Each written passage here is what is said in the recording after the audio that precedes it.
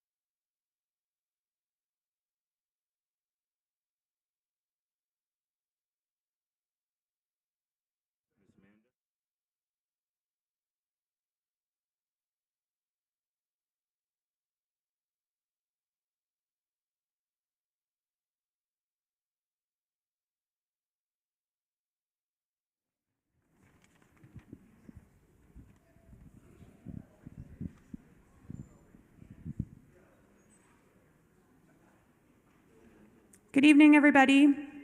Thank you so much for being here. My name is Amanda Wheelock, and I'm one of the information officers that's been serving on the Aspen Acres fire. For those of you who've been following our meetings so far, I'm sorry that my beard isn't nearly as full as Sam, your previous facilitator. Speaking of Sam, I do want to thank Sam Harrell. He's been leading our information team and making sure that we're getting you the best possible information over the last 14 days as much as we can. So I appreciate his efforts. And I also want to recognize Amy Highfield, who's coming in to lead the information team with the Northern Rockies 6 team. So just know that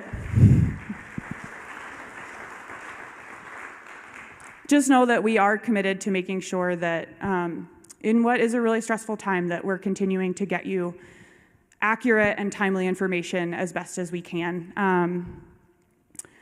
You'll hear a lot about transition tonight, and while there is the Alaska team leaving and the Northern Rockies 6 team coming in, I also want to make sure that everyone hears that a team transition in these incident management teams doesn't mean a full reset of staff. It's not just today is their shadow day and tomorrow all of us who have been here leave and it's a brand new set of people.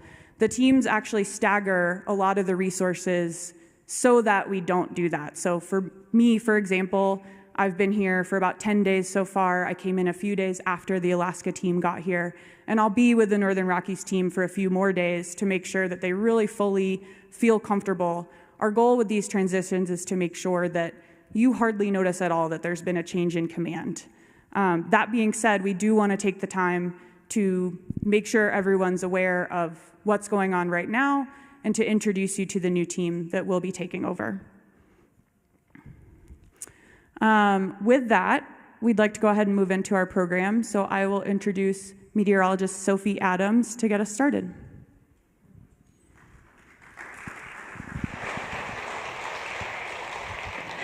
Good evening, everyone. My name is Sophie Adams. I'm an incident meteorologist, and I'm based out of the Boise, Idaho forecast office. So I wanted to talk today a little bit about the weather that we've seen over the last few days, what we're expecting for the next couple of days, and then doing a little bit of a longer-term outlook into those next 2 weeks of what we might expect. So the first thing I wanted to go over is this map here. It is an analysis using the local weather radar from the Pueblo office, and this analyzes the period of precipitation that we had over the last prior 4 days last week. So we can see these dark blues up here in the northern portion of the map, kind of near that Pueblo area. That is where the northern portion of the fire saw some precipitation. So we had about 1/4 of an inch to about close to 1/2 inch of precipitation estimated over the northern portion of the fire last week with some of those showers and thunderstorms that moved through. The middle portions of the fire near Beulah did not receive much precipitation. Those showers and thunderstorms were quite spotty over the region. So you can see we had about 0, no accumulation, to 1/15 of an inch of precip measured over the central portions of the fire. Looking down south, closer to Rye and Colorado City, we had about 1/2 inch to an inch of precipitation measured from a fairly strong thunderstorm over that southern portion of the fire. Now, one of the things that we were concerned about with some of those showers and thunderstorms, which you may have heard about too, is the flash flood threat.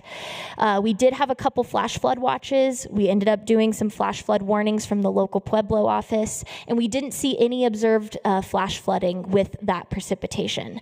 But you can expect more information to come out as we have teams coming in to analyze kind of the burn severity and how risky some of those areas are for that flash flood risk. So there will be more information forthcoming about that. So let's move into the next slide. All right, so this shows the water vapor imagery over the whole continental United States. And this, I think, is a really good representation of the weather that we've seen over the last couple of days. So you can see these really bright yellows and reds over eastern Colorado. That shows that really dry air that's been pulled in with that high pressure system that we've experienced over the last couple of days. But something else that I want to point out is this white and blue areas of the map, and that shows a lot of upper level moisture that's going to eventually move in later this week. So that is being pushed over under southern Texas, and it's being pushed up, and that's that monsoonal moisture that we typically like to see at this time of year. So we're seeing that being pushed up into the western portions of the United States currently. So we can move on to the next slide. So this is our weather matrix. This is something that we use to kind of get a good outlook of what the next 7 days are. This is our forecast. So today, Tuesday, you can see we had those hot, dry, breezy conditions. We're expecting those conditions to continue through about Thursday, thanks to that warm, dry air from that high pressure system. And you can see our temperatures are going to be fairly hot, up into the mid 80s, those lower 90s, down in that Beulah area, around 6,000 feet. And we are seeing those kind of strong, persistent easterly winds. Those are going to be around 10 to 15 miles per hour sustained, and we've seen gusts up to about 30 to 33 miles per hour. So we're expecting those conditions really to continue through Thursday. As we get into Friday and Saturday and Sunday, we are seeing that push of moisture that we saw in the satellite imagery. We're going to see that begin to move into the region, and that is going to be what gives us that increased chance of thunderstorms and precipitation through Sunday. So we can move on to the next slide. So I did just want to briefly go over the extended outlook here. So we can see, that July 13th to July 15th period, that's our hot, dry, breezy conditions that we've seen, very hot, especially down in the Pueblo area. But as we move into the weekend, we are seeing that potential for moisture into the later part of the month. And our long-range models are very confident that that ridge is going to move east. We are seeing the potential for that ridge moving east, and then that precipitation to move over into the Front Range of Colorado. And that will also continue some likely above normal temperatures. So we can move into the next slide. So this is another way to just look at what that outlook is going to look like, what type of weather we could experience in the next 6 to 10 days. And you can see for southern Colorado, we'll see about a 40 to 50% chance of that above normal temperature continuing. But we also have that increased potential for the above normal precipitation, about a 40 to 50% chance. So that higher confidence of the precipitation is going to be over the west, the far west, but we are seeing the signal for that to begin to move into the region. You can move to the next slide. And that trend is also going to continue for potentially the next 2 weeks. So we do see the potential for that those above normal temperatures, about a 45% chance to see those above normal temperatures continuing. But that precipitation chance is still about a 30 to 40% chance of above normal precipitation. So there is still some room for error in the forecast. We do see the potential for, if those thunderstorms do form, that it could be that spotty precipitation similar to like what we saw last week. But there is rising confidence that we will see that monsoonal moisture begin to push in within the next 2 weeks, and that's going to bring us that potential for precipitation. So thank you so much. I'll be around after if you have any questions about the weather. I'd be happy to help. Thank you very much. Have a good night.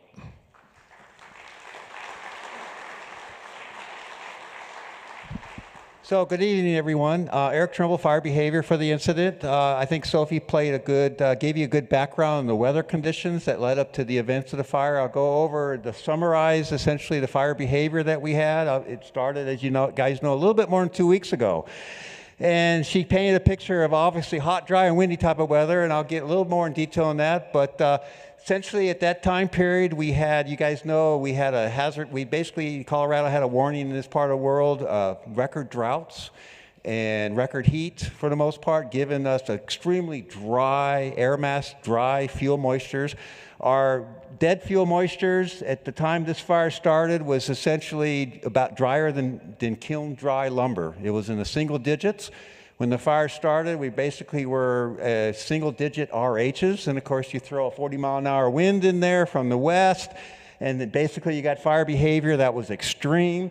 And running in this case, we had, obviously, you guys know, it ran 6 miles one day towards Beulah, 6 miles another day towards north of Rye, and the next few days as the winds died down, the fire behavior kind of basically followed the terrain and aspect slopes, basically right around Aspen Acres and Lake Isabella.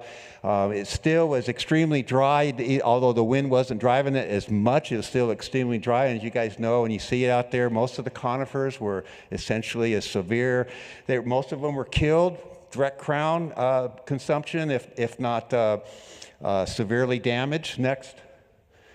So this is the fire behavior a few days after the incident started, and as you can see, basically we got group torching going on in the Crown Fire. This is north of Highway 165, and you can see the spot in this part of the world. Basically, it was short-range spotting, but it's still about up to half a mile away. When the fire basically was plume-dominated that first couple of days, it was up over a mile. And here, essentially, what the fire did is pretty much crown burn all of those. It was ponderosa pine, Doug fir in this part of the world, a little bit of spruce, and it basically crown burned that until it hit the aspen, basically in the foreground there. It impacted the aspen, and then it dropped to the ground because aspen, for the most part, because of the higher fuel moistures of that type of deciduous tree, acted as a heat sink, so the fire dropped to the ground and did a fairly hot surface burn. Next. Okay, this is what the fire was doing. If you guys know the 2016 Junkins fire scar, the fire basically slowed down in this fire scar. It had a lot lighter fuels, a little bit greener gamble oak in there, and went around the fire scar, and it basically burned the unburned area in the mixed conifer. Now we're getting up into the spruce, Doug fir, ponderosa pine forest, and as we climb the slope higher, it's going to get more and more into the spruce zone, higher elevations. Next. And this was taken a couple of days ago on St. Charles Peak. This is all the spruce. Essentially, at this stage of the fire, it was essentially a ground fire, a surface fire. And of course, during the middle of the afternoon, it basically gathers heat and goes into a group torch. But basically, that's just where the fire is kind of hanging up now. And next picture, I'll show you exactly. Okay, we'll cover this one. This is the rate of spread again, like I was saying. 6 miles, couple miles, and it's still going uphill here. So we've got fire right now basically up on top of the basin here. This is north of the Greenhorn River. And then we also got, obviously, hot fire right around Mount St. Charles. It's in those basins. It's in, essentially, dead spruce, and I'll show that next. It's in the basins. Essentially, there is a lot of green meadows up in there that fire is going to slow down in, and there's a lot of aspen in there, a lot of grasses in there. The fire is kind of getting checked up in there, but right now it's burning up. Next picture. Okay, it's burning essentially. This is today's infrared and satellite imagery. Fire is essentially burning hot in here north of the Greenhorn River. This is St. Charles Peak, and this is some of our basically operations. High intensity fire, but this has basically been contained. This was cleaning out fuels in there, in the interior there. Next picture. Okay. This is the picture I wanted to show earlier. This is the one we got some pretty high spruce beetle kill damage. The fire is actively in these stands right now. It's basically chunking around into the green and dead firs, and there's a lot of dead down in there. And it's basically in there, it's chunking around, slow rates of spread, but it still gets up in there, does some group torching, short-range spotting. Next. So the last picture I have, this is the area west. This is on the way to West Cliff, I believe. And essentially, the fire is going to get in these fuel types. This is aspen and a little gamble oak in here and short grasses in here. And you can see on the hill, once again, the spruce damage and the bark beetle. This fire is going to, when it gets in this part of fuel type, it will slow down quite substantially. These are pretty good areas for suppression resources also to contain the fire. So it is slowly making its way into this part of the world right now. It's still several miles away, but just to let you know, like Sophie is saying, there's nothing in the forecast that I'm seeing that would essentially arrest the development of the fire. I mean, I'm not going to take away from suppression resources. They'll talk about that next. But the fire is essentially still kind of chunking its way through that high elevation spruce dead and down forest. So we'll go ahead and give it to Ops, and he'll discuss more of the strategy and tactics that we've been using on this assignment. There you go.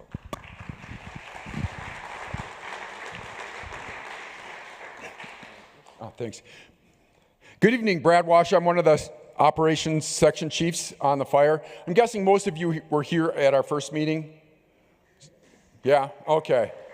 I was trying to, and that was like our second or so day in the fire, and things were very dynamic. We were very much on the defensive mode and challenged quite quite frankly, as far as this fire goes. So things have changed a little bit since then, and for the positive. And when with our tenure coming to an end, kind of like to look back and try to. We'd like to leave things in a little bit better place than we came in. And I don't know if I can say that with this fire. There was significant structure loss. We're looking at close to 900 structures, and that is very unfortunate. That being said, I do think we have some wins out there. Flying over the fire, and I just got off the fire line. In fact, I think I scared the PIO folks, our public information folks, because I gave myself about 3 minutes of time to get here and that. But flying over the fire, there's a lot more structures that were saved, in part because of good firefights and also because of what you guys have done around your homes and using FireWise concepts and putting, making sure that the house is going to be better survivable from the fire itself. Other wins, when we first came here, I don't think we had hardly any black on the fire, around the fire perimeter at all. So we have pretty much on the eastern flank of the fire, the east side of the fire, we have pretty much been able to put black around the entire fire.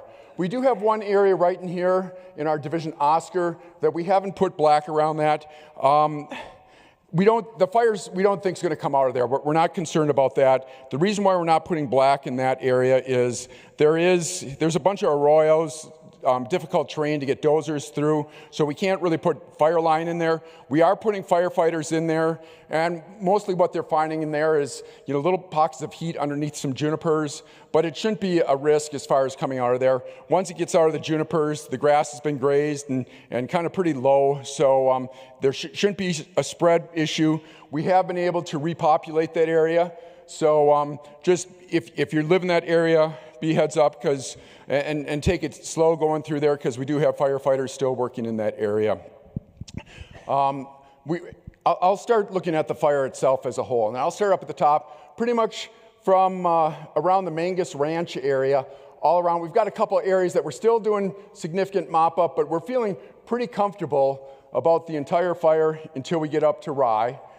Backing up, we did repopulate the community here, so Beulah. It looks weird on this map, sorry, I don't want to mispronounce that. But Beulah, we were able to repopulate that. Some other things that we're doing within the interior, there was a lot of infrastructure damage as far as the power lines and some fiber cable, and those feed some of the communication sites that are on the ridge line there. So we are working with the power company and the cooperative and getting those power lines in, and I think they have like 80 or 48 power poles that they have to replace in that area. So a lot of work with trying to get power reestablished in the interior area there.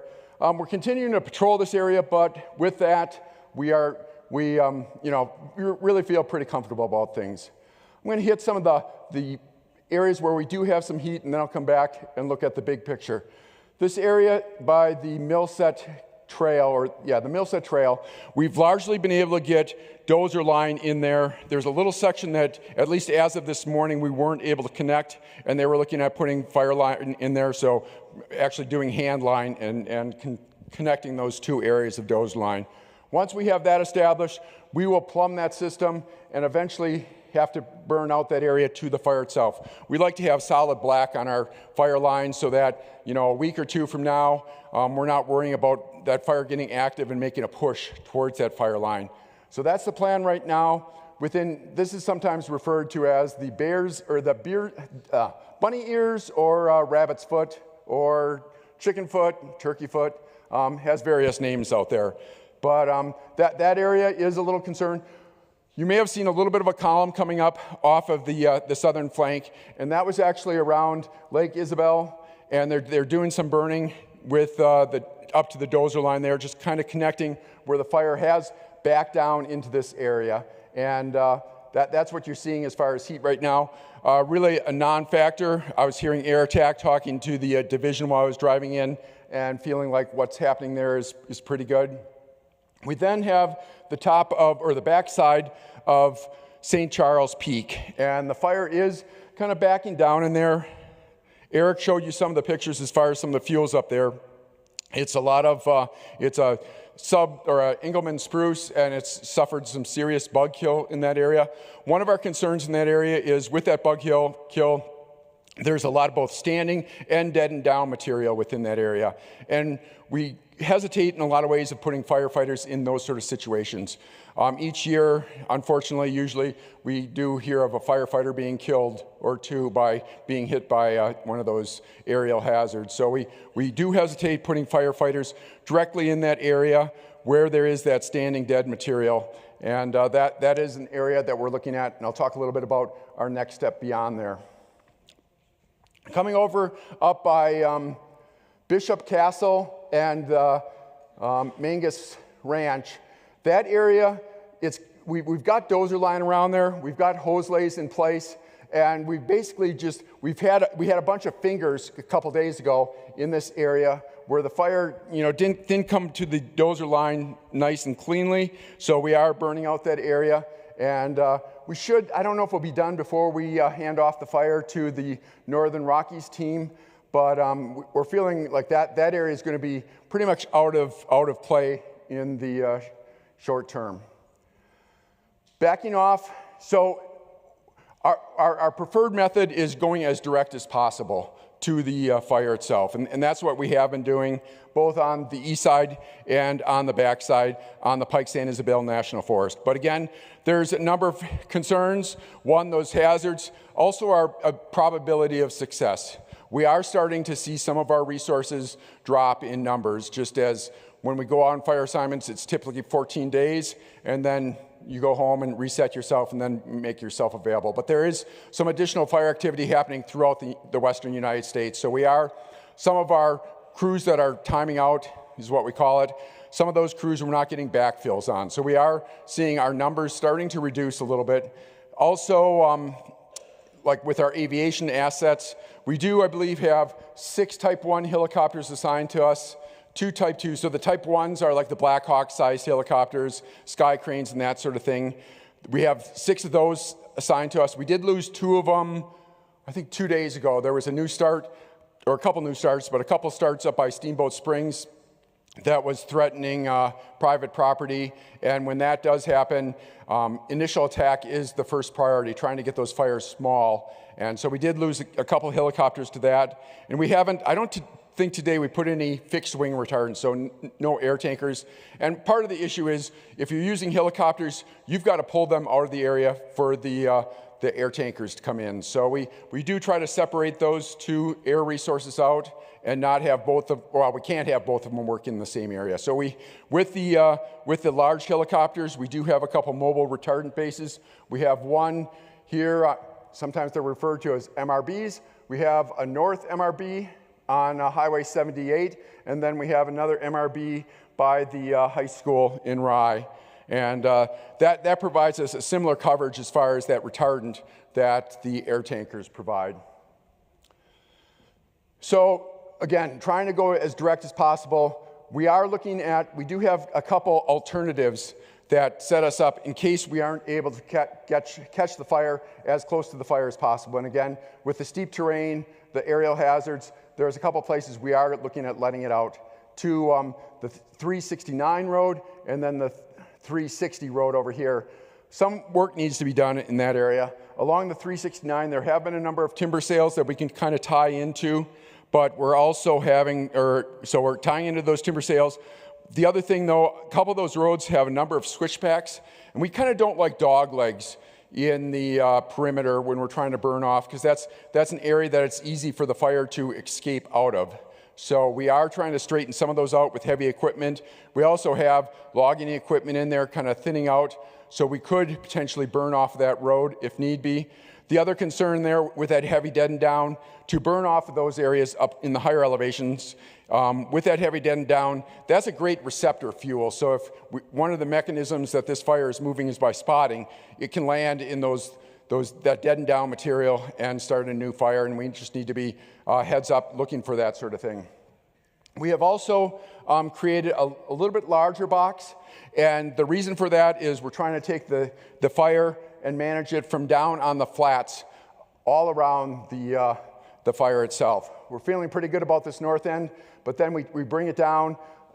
for the most part, try to stay on the forest. When we get a little bit farther south, going around the Greenhorn Wilderness area, we come on some private and some BLM land. But the reason why we're looking at that is flatter terrain is easier to get to with resources. Plus, fire likes to run uphill.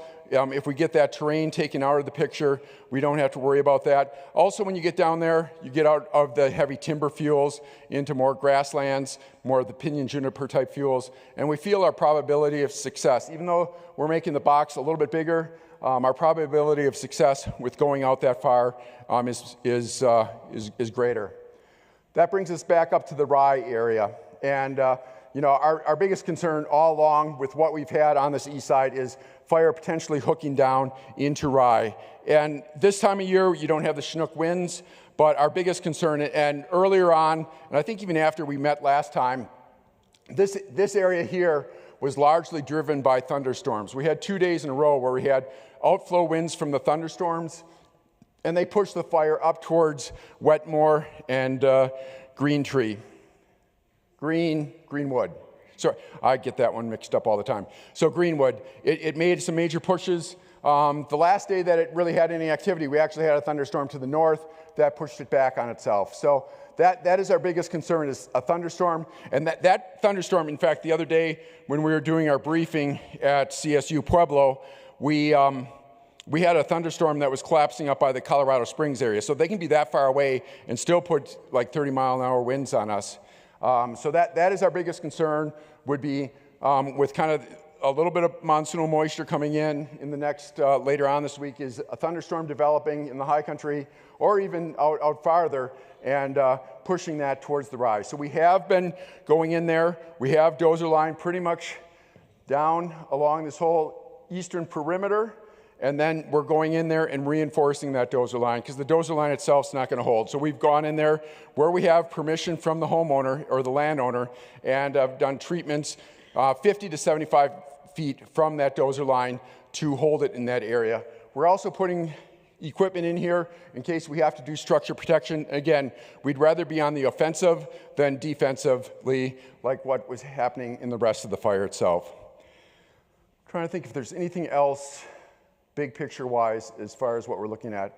I think that pretty much sums up where we are. As it's been mentioned, we're transitioning. So the Northern Rockies team was briefed last night, and we've been out there. Their division supervisors and branch directors, along with their operations group, have been spending the day with us, trying to get the intel from us. We're also leaving some resources behind that came in a day or two behind the rest of the team, and they will be here for a couple more days to help with that transition. But I feel like from where we were when we first came here, you're in a lot better place, and hopefully things work out. And we are looking at this for the long haul. So with that.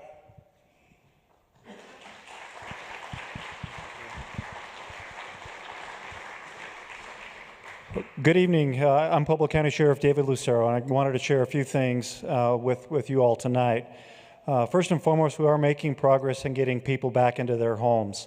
You can see, for those of you that attended the last one, this is a significant reduction in the number of attendees tonight, meaning we're getting people back to their homes when it's safe to do so.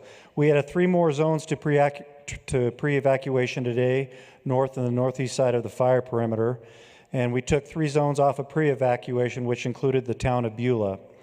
The town of Rye is still in evacuation due to active fire in the area and significant work that's underway to strengthen the fire lines and to protect those homes. And I've had those questions, well, when can we get home? And I wish I had the answer. As I said early on, I wish I had a crystal ball to tell you all. But I've been up there every single day. I've been up to the town of Rye. I've been over 12 Mile. I've been in Beulah. And the mitigation that the Forest Service, the Alaska team is doing to make sure that those structures and those homes are safe is being done. They're using pumpkins in yards and fields so that if they need a water source, those are pre-staged and ready to go to fight the fire should it shift based off of a thunderstorm or winds or what would have you. As of today, 2,546 households, which equates approximately to 6,441 people, have returned from evacuation status. As of today, we still have 1,210 households that are still on evacuation, which equates, based off of the amount of people per household, to about 3,000 people. We want to remind residents who have sheltered large animals or livestock at the Colorado State Fairgrounds that those animals will need to be moved within 48 hours once your evacuation status has been completely lifted. Those animal release hours are as follows. For branded livestock, which includes cattle and equine, it's from 10 a.m. to 7 p.m., and all other animals can be released from 10 a.m. to 3 p.m. I'd also remind everybody that if you need shelter, we had a big push on the front end with VRBO, with our DAC, with other sheltering needs, but the shelter remains open, and that's you can register and check in there from 6 a.m. to 9, and that's located at 1630 Tausch Road. I believe that's the right address. Chief is not shaking his head at me, so I think I got it right.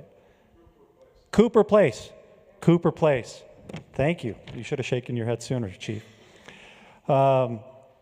We have contacted all property owners whose contact information that we do have of the homes that were confirmed to be destroyed. There were 236 homes and 9 commercial structures for a total of 245. Again, we still encourage you all to register through the Survivor portal and do so as soon as possible so that we have your information and current contact information. And it can be found at puebloemergency.info. And I have to share that after the last one, my mom scolded me. She said, not everybody has Facebook, not everybody has a computer, not everybody has those means or those resources to just go look up puebloemergency.info. That's what the DAC is for.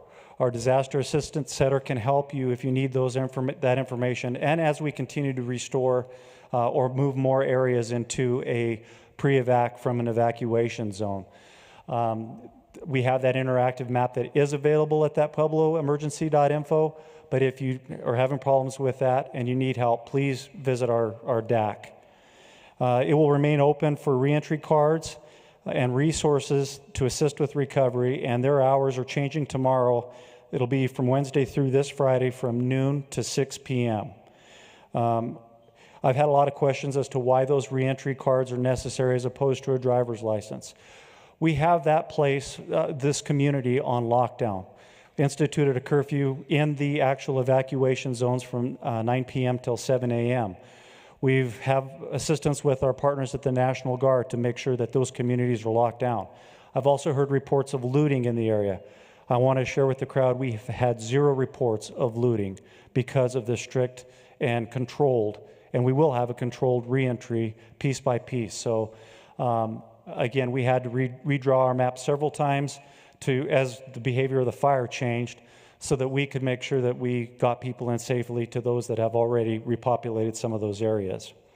The curfew only applies to those areas that are still under evacuation, not pre-evacuation. Residents that are in pre-evacuation zones do not have to abide by the curfew. However, we do request that you limit your time out during those hours. Again, there's still resources, multiple firefighters, multiple agencies that are coming and going using those main thoroughfares, so if we can keep that open for them, it just makes their jobs easier. The last thing I wanted to talk about was drone footage for the Rye area. I shared at one of our first meetings that I wanted to get that footage out. We were able to accomplish Beulah and the North Creek area and got that out on our Facebook. We had a team that came in from the Alaska team that had a drone team that were here, and we were hoping that they were going to film that for us so that we could share that footage with the public.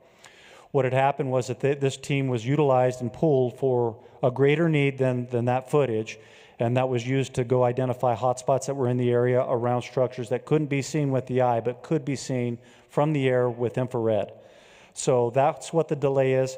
Working with the new incoming incident commander, we're talking about ways to accomplish that as soon as possible, and we're going to continue to work on that for you all. I'll be around if you have any other questions for me, but I'll turn it to our outgoing incident commander. Thanks. All right, good evening, everybody. My name's Jake Livingston, IC for Alaska Team 1. As you have heard, this is our last shift on the incident. It's our day 14, and Northern Rockies Team 6 will be assuming command at 6 a.m. tomorrow morning. But we're still engaging this fire all the way to 6 a.m. tomorrow morning. We still have a night shift out there doing various tasks, and we do still have just under 1,900 people on this incident. We spent the last, over a day exchanging information with the incoming team, just really making sure all the details are provided that can help them be successful and help keep the momentum forward with continuing the progress around the perimeter of this fire.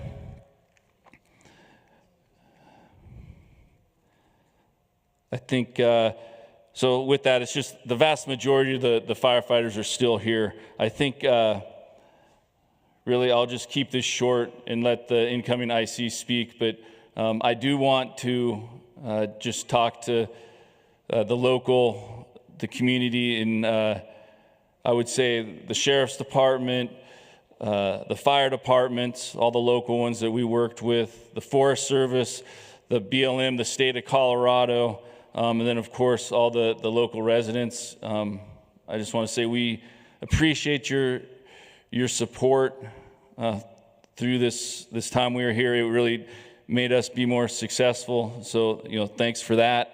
And then really we wish the best for everyone in the community, and definitely wish the best for all those that were negatively impacted by this fire. It's still a long road ahead, but we're thinking about you. So with that, I'd like to just turn it over to the incoming IC and let him introduce himself. Thank you very much.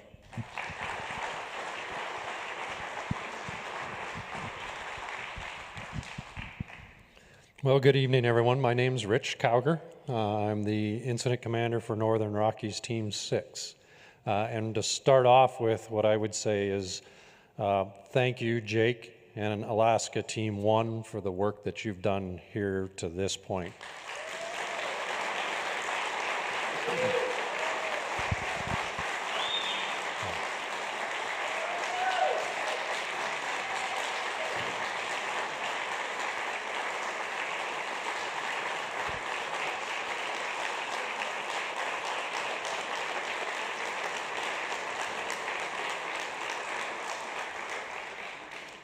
I will be honest with you and tell you that we're glad we're here now and not when Alaska Team 1 came in, because things look entirely different for us, right? There are times when Mother Nature owns the show, and she definitely did when Alaska Team 1 came in, but they persevered, they pushed through, they made some great progress.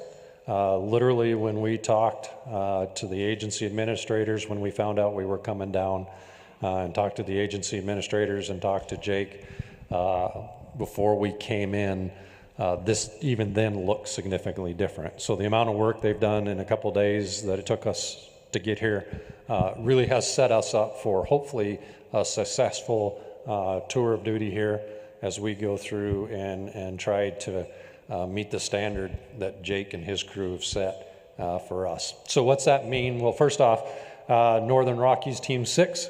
We hail out of the Northern Rockies. Obviously, that's kind of a duh statement. But most of us are from Montana, Northern Idaho. But with that said, we've got folks from all over the country that are part of our team. We're happy to be here to help you. That's what we do. We go around and help folks that are having a bad day turn that chaos into some kind of a calm. And that's our goal. We've talked to Jake, we've looked at their plans, we looked at the plans from the agency administrators. We know what their vision is. And we're gonna try our hardest to make sure that we carry that out. And in doing that, and making sure that our relationship with you all is as good as it possibly can be with how Jake and his crew have set that. So with that said, we have our team of liaison officers, we have our team of operations folks, we have our PIOs and all of that kind of stuff that are going to make sure that they're getting as timely information to you as they can. And we'll go down that glide path of making sure that we can make these communities as safe as we can, as quick as we can, to get your lives back to some semblance of normalcy as we move forward. and you have that commitment from us. So with that said, we've had our marching orders. We're in place. We're ready to take the fire on tomorrow morning at 0600. I think we've got a kind of a standing schedule of some more community meetings throughout the process, so we'll be keeping you guys updated as much as we can in this thing. And just rest assured, we're happy to be here, we're excited to be here, and we're working for you to make sure that we can do everything that we can to get you back to normal. It's going to look different for us, right? Because Jake had the firefight, and those folks went through that process. We're going to continue to focus on that as much as possible and to carry that forward, and we're going to try and keep that footprint as small as possible, as they mentioned. But in light of that, we're also going to work towards making sure that you folks have the tools that you need to get back in there as quick as you can and work through the local agencies to make sure that's as seamless as possible for you. So with that said, again, on behalf of Northern Rockies Team 6, we'll be here for the next 14 days. We will try our best to not be the visiting in-laws that after a while start to stink, okay? And so our job is to build the relationship that Jake started to make sure when we leave here that whether it's us or another team, because the other thing that we'll put on there, this fire is probably going to be on the landscape for a while yet. We're too early in the season. We've got too much summer. But whether it's us that we can close this thing out or another team, we're going to set it up so that relationship with you all is as good as we possibly can make it, right? And so we pride ourselves on the relationship. We pride ourselves on transparency, honesty, and forthrightness. So hold us accountable for that as we go forward over the next 14 days. Again, on behalf of Northern Rockies Team 6, we're happy to be here. We'll be chatting with all of you, I'm sure, at some point. So thank you.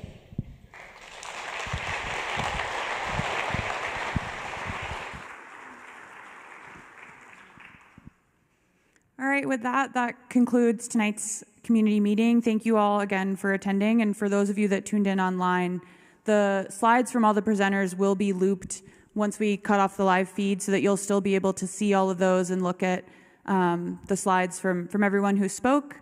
And the questions that you're asking online will continue to be answered by the folks that have been moderating questions from the Aspen Acres Fire account, as well as questions that are asked later will continue to check back there. The presentation will also remain posted just so you have that. And other than that, thanks for watching.